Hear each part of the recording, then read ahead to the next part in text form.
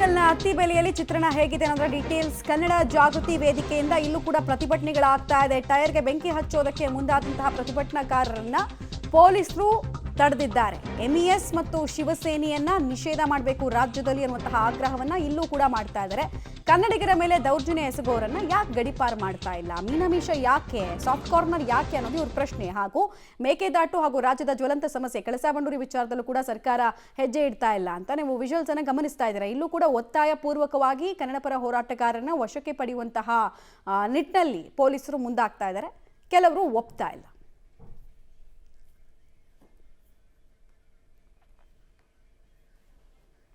Details ಕೊಡ್ತಾರೆ ಅಂಬರೀಶ್. ಪ್ರತಿಭಟನೆಯ ಕಾವು ಬಂದ್ನ ಕಾವು ಯಾವ ರೀತಿ ಕಾಣಿಸ್ತಾ ಇದೆ ಅಂತ?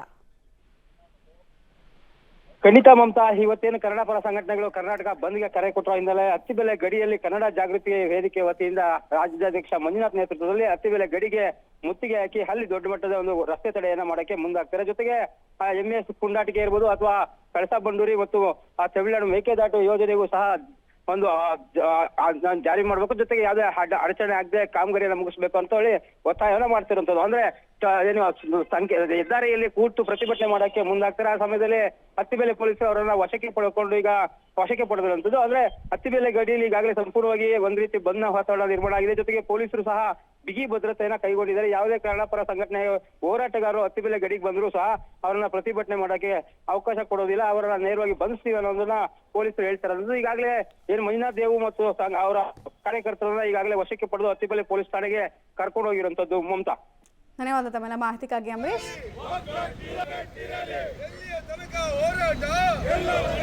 ಕನ್ನಡ ಜಾಗೃತಿಯ ಹೋರಾಟಕ್ಕೆ ನ್ಯಾಯವನ್ನು ಗೆಲ್ಲುತ್ತೇವೆ, ರಕ್ತವನ್ನು ಚೆಲ್ಲುತ್ತೇವೆ, ನ್ಯಾಯವನ್ನು ಗೆಲ್ಲುತ್ತೇವೆ,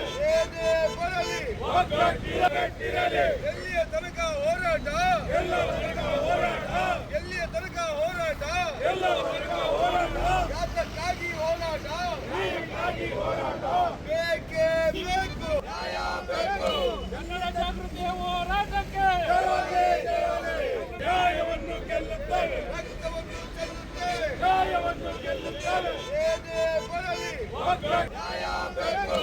ಕನ್ನಡ ಜಾಗೃತಿಯ ಹೋರಾಟಕ್ಕೆ ನ್ಯಾಯವನ್ನು ಗೆಲ್ಲುತ್ತೇವೆ, ರಕ್ತವನ್ನು ಚೆಲ್ಲುತ್ತೇವೆ, ನ್ಯಾಯವನ್ನು ಗೆಲ್ಲುತ್ತೇವೆ, ಏನೇ ಬರಲಿ ಎಲ್ಲಿಯ ತನಕ ಹೋರಾಟ